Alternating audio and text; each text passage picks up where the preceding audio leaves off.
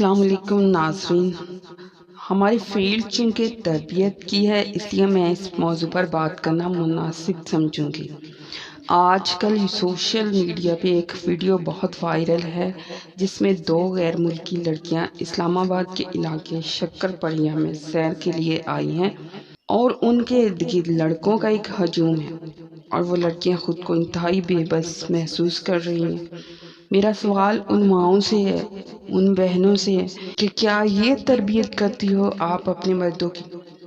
वो लड़कियां गोरी हैं, यूरोप से आई हैं, तो क्या इसका मतलब है कि उनकी कोई इज्जत नहीं है?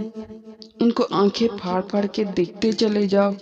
इस मौके पे मुझे वो वाकया याद आता है कि अमेरिका ने जब अफ़गानिस्तान में जंग मुसल्लत की तो एक बरतानवी सहाफ़ी बुर्का पहन कर अफ़गानिस्तान में दाखिल हुई। उसके बुर्के में छुपा हुआ उसका कैमरा नीचे गिर जाता है। एक तालिबान मुजाहिद उसका देख लेता है और उसको एक औरत के वक़ार का ख्याल रखते हुए गिरफ्तार कर लिया जाता है। उस सहाफ़ी खातून का नाम एवन रेडले था।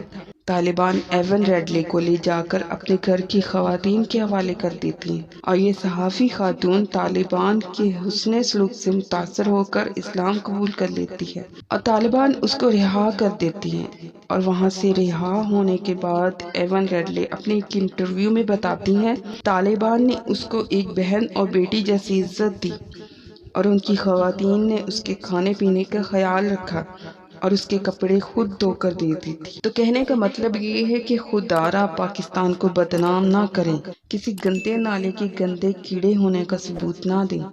इंसान बने, इंसानियत को फ़रोग़ दें। शुक्रिया।